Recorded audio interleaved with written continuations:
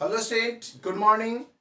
आज मैं इस वीडियो में आप लोगों को अर्थमेटिक प्रोग्रेशन अर्थात समांतर श्रेणी का व्यापक रूप और वह कितने प्रकार के होते हैं, सार्वंतर और उसके एनवा पद, इन सभी चीज़ों के बारे में आज जानकारी देंगे। तो चलिए हम लोग सबसे पहले समझ लेते हैं कि एपी समांतर श्रेणी का व्यापक रूप क्या होता है। एपी का व्यापक रूप, ठीक है ना, क्या होता है? ये होता है a plus d, a plus 2d, a plus 3d, a plus 4d, dot dot dot, a plus n minus 1 into d. ये होता है एपी का जनरल फॉर्म अर्थात व्यापक रूप। एपी का व्यापक रूप a plus d, a plus 2d, a plus 3d, a plus 4d, dot dot a plus n minus 1 into d होता है। अब हम इसमें एक एक करके जानते हैं ए क्या कहलाता है। एपी का ए क्या है? एपी का प्रथम पद, एपी का प्रथम पद होता है। याद रखिएगा। डी क्या होता है? डी सार्वंतर होता है। क्या होता है बाबू? सार्वंतर। डी जो होता है एपी का सार्वंतर होता है। अब सार्वंतर कैसे निकालते हैं? जो मैंने पिछले वीडियो में आप लोगों ने बताया था, एग्जांपल देखा कि 10, 15, 20, 25 डॉट डॉट, है ना। तो ठीक अगले पद में से ठीक पिछले पद को घटा दिया जाए तो मुझे एक नियत मान प्राप्त होता है। जैसे 20 में से 15 5, 25 में से 20 5। तो ये जो नियत मान जो आता है इसको हम लोग एपी में नियत मान को सार्वंतर कहते हैं। कॉमन डिफरेंस, अंग्रेजी में कॉमन डिफरेंस के नाम से जानते हैं और संकेत उसे डी से डिनोट करते हैं। ये मेरा डी कहलाया। हर एक स्थिति में डी समान होता है, इसीलिए एपी का प्रथम पद को ए और सार्वंतर डी है। समझ में आ गया आप लोगों को? अब मैं बताता हूं कैसे कैसे इसके बारे में और आगे बोला जाता है। देखिए, जो इसको कहते हैं प्रथम पद, इसको क्या कहते हैं? प्रथम पद। प्रथम पद को T1, छोटी टी, बड़ी टी, etc से डिनोट कर सकते हैं आप, ठीक है ना। तो हम लोग टर्म मतलब होता है पद, इसलिए हम लोग टी से डिनोट कर रहे हैं, ठीक है ना आप लोग को। तो टर्म हो गया फर्स्ट टर्म, प्रथम पद को टी तो ए होता है प्रथम पद। दूसरा पद हो गया T2, तो T2 क्या है मेरा? ए प्लस डी, है ना। T3 क्या होगा? ए प्लस 2d, 1 2 3, चौथा T4 ए प्लस 3d। गौर कीजिएगा इसमें। T5 ए प्लस 4d, है ना। T6 ए प्लस 5d। तो गौर कीजिए इसमें, जब मैंने प्रथम पद बोला था तो ए, इसको पूरा का पूरा ऐसे लिख सकते हैं, ए plus 0 into D, a plus 0 into D. याद रखिएगा। तो ए ही रह जाएगा, इसका रिजल्ट क्या आएगा? ए। इसीलिए हम लोग 0 नहीं दिखाते हैं। प्रथम पद है तो उससे कम 0 हो गया, है ना। दूसरा पद है तो ए प्लस डी, एक कम है। तीसरा पद है तो यहाँ पे 2 है, एक कम है। 3 है तो यहाँ पे 2 है। 4 है तो यहाँ पे 3 है। 5 है तो यहाँ पे 4 है। या 6 है तो यहाँ पे 5 है, मतलब एक कम। अगर आपसे कोई पूछ दे कि टी 100वां पद बताओ, तो इसको बोलते हैं 100वां पद। हिंदी में पूरा लिखा रहेगा 100वां पद। ऐसे अगर हिंदी में 100वां पद लिखा हुआ है तो आपको अधिकार है लिखने के लिए T100, ठीक है ना। बड़ी T100 भी लिखाता है, ऐसा नहीं कि नहीं मानेंगे, मान सकते हैं, गलत नहीं है ये मानना, ठीक है ना। तो T100 लिखेंगे कि इसका मतलब क्या हो गया? ये T100 का मतलब हो गया ए प्लस 99d। एक कम बोलना है, क्योंकि यहां से देख लीजिए प्रोसेस वही है, व्यापक रूप में ही ऐसा दिखाया गया है। अगर कोई आपसे पूछे कि 49वां पद, 49वां पद क्या बोलोगे? 49वां पद में क्या बोलोगे बाबू तुम लोग? तो इसको लिख सकते हैं ना T49, ठीक है ना। तो ए प्लस 48d, राइट। अब आ गया होगा आप लोगों को समझ में कि ए प्लस 48d। एक कम बोलना है, जो भी रहेगा आपको एक कम करके बोलना है, पक्का ना। इस तरह से आपको और भी कुछ रहेगा, जैसे एग्जांपल, जैसे हमको लिखा रहेगा पीवां पद, तो कैसे बताओगे पीवां पद रहेगा? तो टीपी लिख सकते हो यहाँ पे, टीपी। तो टीपी का मतलब क्या हो गया? A plus p minus one into d, जो भी यहाँ रहेगा उससे एक कम बोलना है। अगर मान लीजिए तुमसे कोई पूछेगा एनवा पद, तो क्या लिखोगे एनवा पद में? टी एन, यहाँ पे टी एन हो जाएगा, तो ए प्लस यहाँ पे एन है यहाँ पे, तो N minus one into D हो गया। अगर आपसे कोई पूछता है एमुआ पद, अगर आपसे कोई पूछा एमुआ पद, तो आप लोग क्या बताइएगा? एमुआ पद के लिए अगर कोई आपसे पूछे कि एमुआ पद क्या होगा, तो तुम इसको संकेत में टीएम लिखेंगे। टीएम संकेत में, एमुआ पद को संकेत में टीएम लिखते हैं, तो इसको कैसे डिनोट करेंगे? A plus m minus one into में डी, राइट। अगर आपसे और कोई पूछता है, प्लीज आप लोग एकदम क्लियर हो जाइएगा, इसमें जरा सा भी आप लोग को डाउट नहीं होना चाहिए। हमारे एक तरह से जितने आपके मार्केट में प्रकाशन है बुक का, गणित के जितने भी प्रकाशन आपके मार्केट में आते हैं, उन सभी में जो जो प्रश्न पूछे जाते हैं, जिस ढंग से क्वेश्चन किया जाता है उसमें, वो सारे चीज के बारे में हम यहाँ बताएंगे। आप लोग वीडियो को पूरा ध्यान से आप लोग देखें, समझें। जहां भी अगर कमी आपको नजर आता है तो आप लोग जरूर बताएं, हम आपको सॉल्यूशन कर देंगे, तुरंत आपको सॉल्यूशन करके भेज देंगे। जैसे आपको कोई पूछा ए प्लस एनवा पद, तो तुम क्या करोगे? एम प्लस एनवा पद को, इसको संकेत में कैसे लिखेंगे? एम प्लस एन, तो इसको क्या लिखेंगे? ए प्लस एम प्लस एन, जितना रहता है वो पूरे लिखाएगा, आवेगो माइनस में वन इंटू में डी, डी लग जाता है, कॉमन डिफरेंस है, वो डी तो रहेगा, व्यापक रूप में वही है। तो अब और बता देंगे, इसको भी ये भी ज्ञात किया जा सकता है, ये भी होता है, प्राप्त किया जाता है, ठीक है ना। वीडियो पर कितना ये सब चीज बताया जाए, लेकिन हाँ फिर भी आप लोग को बहुत अच्छा समझा रहे हैं, समझने की कोशिश कीजिएगा। अब आगे होगा क्लियर। अगर आपसे कोई पूछ दे यहाँ पे, जैसे मैं आप लोगों को यहाँ पे मैं बता दे रहा हूं, अगर कोई पूछ दे कि एम एन पद, एम इंटू एनवा पद, तो तुम किसे डिनोट करोगे? T M N A plus M N minus one, जो यहाँ रहेगा उतना लिखकर माइनस वन कर दो और इंटू में डी लगा दो। समझ में आ गया होगा आप लोगों को? क्लियर? एम एन होगा तो जितना बोलेगा उससे एक कम कर देना है। तो हमें एनवा पद भी लिख दिए, a plus n minus one into d, यही यहाँ पे लिखा हुआ है, देख लीजिए। इसका मतलब ये क्या लिखा हुआ था? एपी का एनवा पद, मतलब अब एन के जगह पे 5 बैठा दो, इनके जगह पे 6 बैठा दो, इन पर 7 बैठा दो, इन पर 8 बैठा दो, कुछ भी कर दो, यहाँ पे आपको वहां पद निकल जाएगा। जैसे 10वां पद, 11वां पद, आपको कोई 11वां पद बोले तो तुरंत लिखोगे 11वां, तो हाँ, तो ए प्लस बाबू तो 10 डी। 12वां पद बोलो तो बाबू 12वां पद क्या होगा? ए प्लस 11 डी, बिल्कुल सही। अगर आपसे कोई पूछे कि 14वां पद, ए प्लस 13 डी, एक कम। ए क्या है? प्रथम पद, डी क्या है? सारबंतर, याद रहेगा ना। सारबंतर कैसे निकाला जाता है? अगले में से ठीक पिछले वाले पद को घटा दिया जाता है। मैं अभी बताऊंगा आप लोगों को इसके बाद। क्या आपको ये समझ में आ गया? आप लोग को जनरल टर्म समझ में आ गया? हमने वहां पद निकालने के लिए बताया, कैसे लिखेंगे आप लोग वहां पद, कोई पूछ देगा तो कोई दिक्कत किसी को नहीं होना चाहिए। एट लास्ट हम एक और बताने जा रहे हैं, ठीक है, ध्यान से देखिएगा।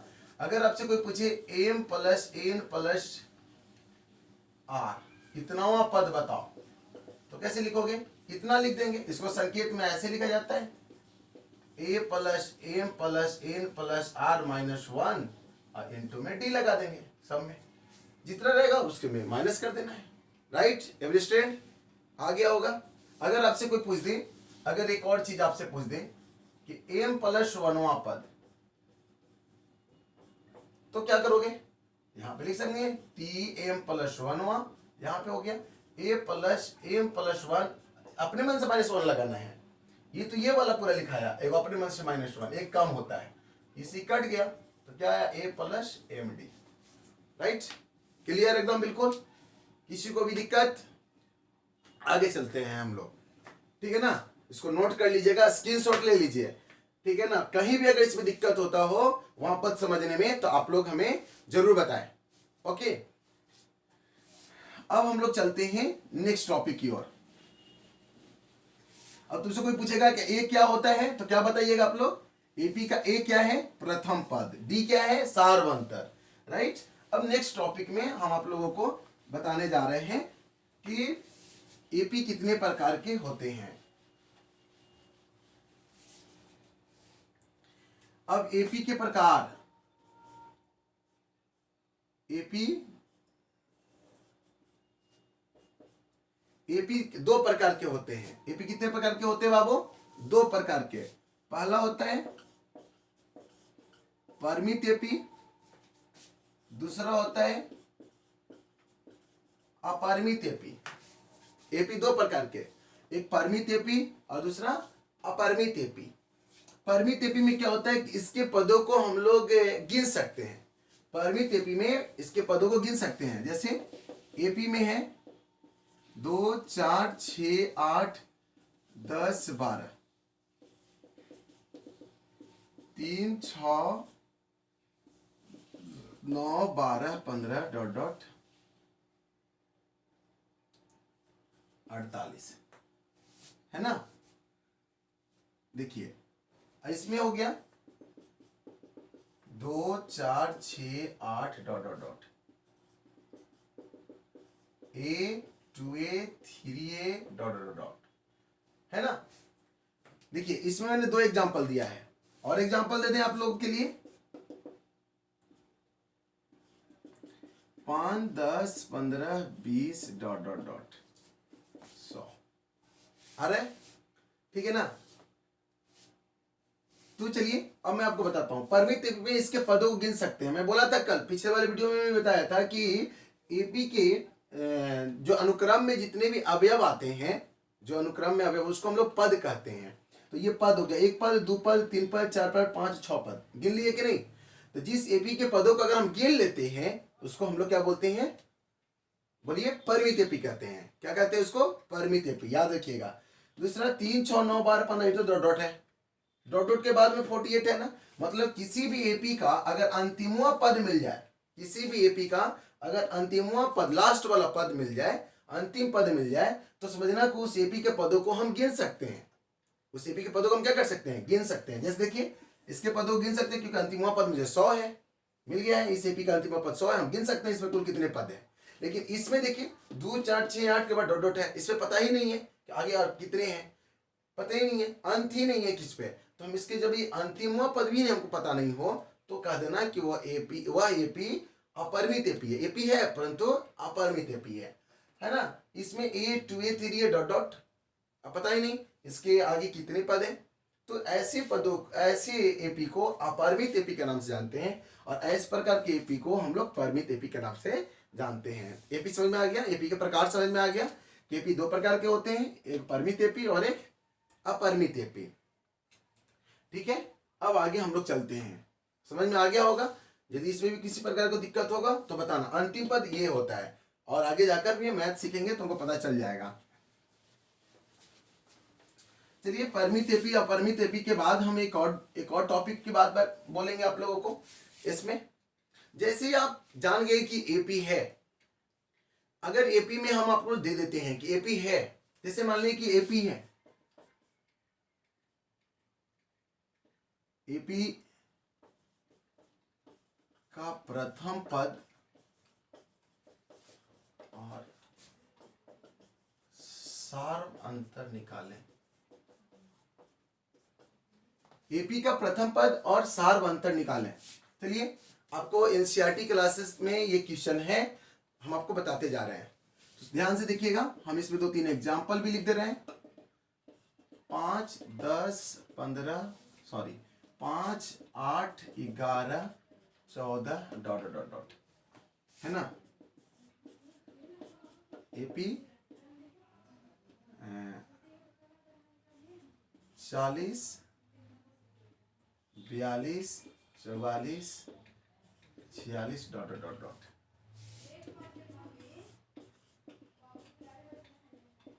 एपी 1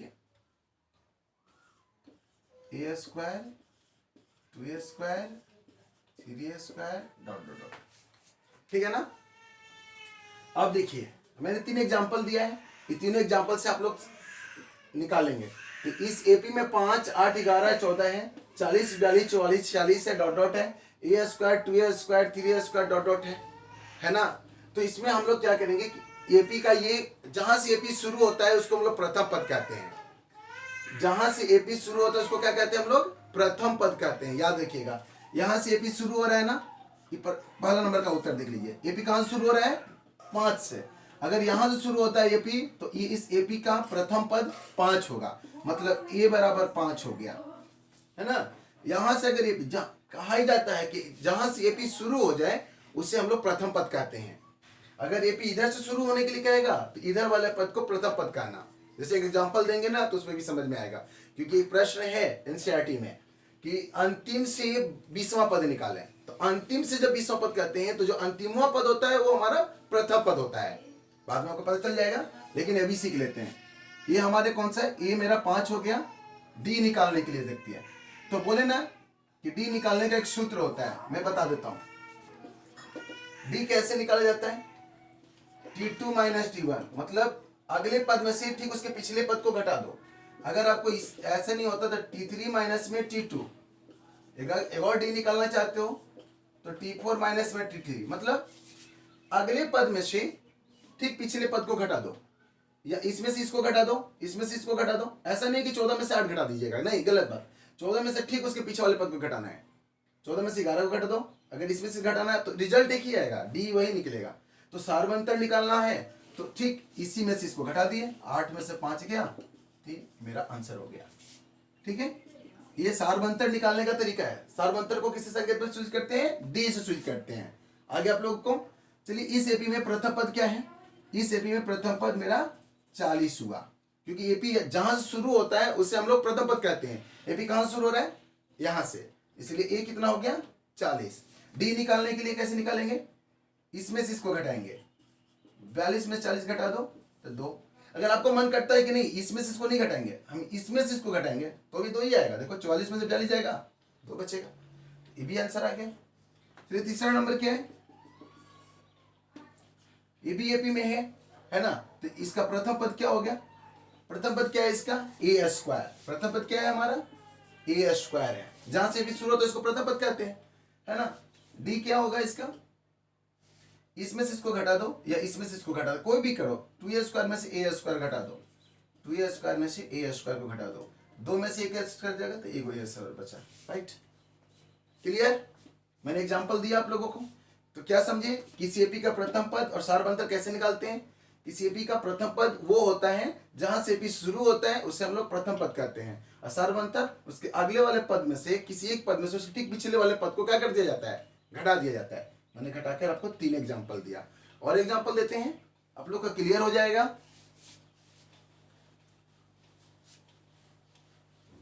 चलिए अब देखते हैं।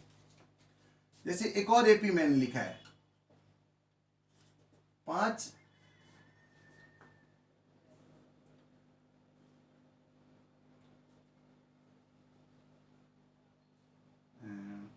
7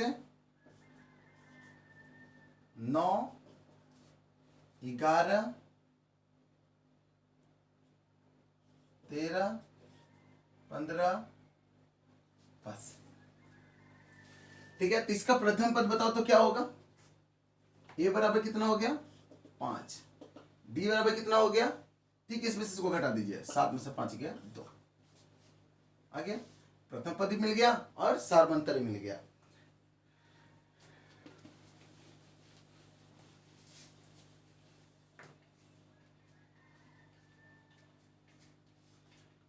अब देखिए एक और एपी लिख रहा हूं,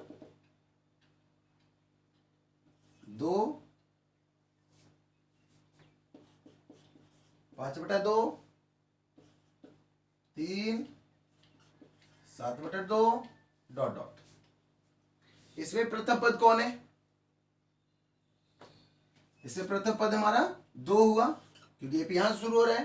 तो डी कैसे निकालेंगे? इसमें से इसको घटा देंगे, मैंने T2 में से T1, दूसरे पद में से पहले पद को घटा दीजिए। दूसरा पद क्या है मेरा? 5/2। पहला पद क्या है मेरा? तो इसके एलसीएम ले लीजिए, 2 5 2 2 के 4 घटा दीजिए, कितना आया? 1/2। आंसर हो गया। राइट, क्या इसमें अभी दिक्कत है? बिल्कुल दिक्कत है। देखिए इसको कहते हैं प्रथम पद T1 बराबर 2, T2 बराबर 5/2, T3 बराबर 3 T4 बराबर 7/2। इसमें 1 2 3 4 टर्म आपको दिख रहे थे, ठीक है ना। इसमें T4 बराबर, आगे नहीं है, नहीं लिखेंगे हम लोग, तो 4 को पद दिया हुआ था ना इसमें, तो इसमें हम प्रथम पद कौन है 2, तो T1 को ही हम लोग क्या बोलते हैं A, प्रथम पद इसको पढ़ते हैं, एक है तो प्रथम पद इसी को A बोलते हैं। दूसरा पद हो गया, तो दूसरा पद D निकालना जाता है तो T2 - T1 या T3 - T2 ऐसे घटा लिए, हो गया। आपको समझ में आया आप लोग को? अगर ऐसा क्वेश्चन आपको बुक में दिया हो तो आप लोग बनाइए उसको, और मैं आप लोगों को बारी बारी से समझाते हुए चलेंगे। कोई दिक्कत? नोट कर लीजिए, आप लोग स्क्रीनशॉट ले लीजिए।